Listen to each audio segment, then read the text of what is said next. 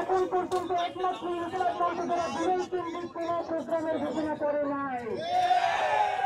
আপনারা আমাদেরকে কেউ কোনো প্রশ্ন করছেন না যে ইনকিলাব মঞ্চ গত 10 মাস জীবন মরণ কামড় দিয়ে জুলাইয়ের জন্য রাস্তায় পড়ে আছে। সবাই 30 দিন 35 দিনের কার্যক্রম ঘোষণা করার পরেও ইনকিলাব মঞ্চ কেন জুলাই ক্যালেন্ডার ঘোষণা করে নাই?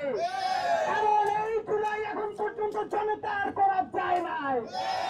বন্ধুরা আমার, জুলাই হবে না কি উদযাপন হবে? সেই উদযাপনের আগে প্রশ্ন করার কথা ছিল জুলাই সনদ কোথায়? গত 25 জুন সরকার ঘোষিত 30 কার্যদিবস শেষ হয়েছে। জুলাই ঘোষণাপত্র হয় নাই, সনদ হয় নাই।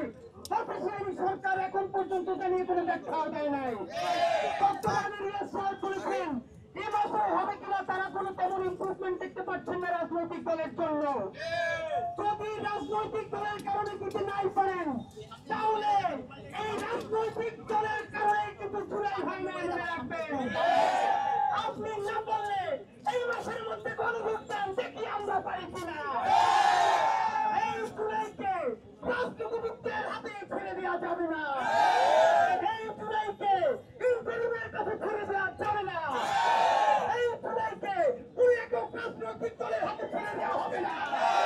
এই জুলাই 11 কোটি বাংলাদেশের মানুষের, এই জুলাই ভারতীয় আধিপত্যবাদ বিরুদ্ধে। এখন আমরা এইখান থেকে মৎস্যভবন হয়ে কাকরাইল থেকে ফরেন সার্ভিস একাডেমিতে লাল পতাকা নিয়ে শহীদ পরিবারকে সাথে নিয়ে আহতদেরকে সাথে নিয়ে লাল মার্চে যাব। এই সিদ্ধান্ত হবে জুলাই সনদ হাতে নেওয়া পাওয়া পর্যন্ত আমরা রাজপথে থাকবো কি থাকবো না, সেই পর্যন্ত আপনারা আমাদের সাথে থাকবেন।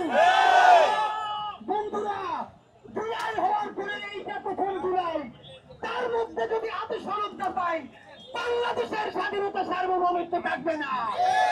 বাংলাদেশ জিন্দাবাদ, লাল মার্চ জিন্দাবাদ।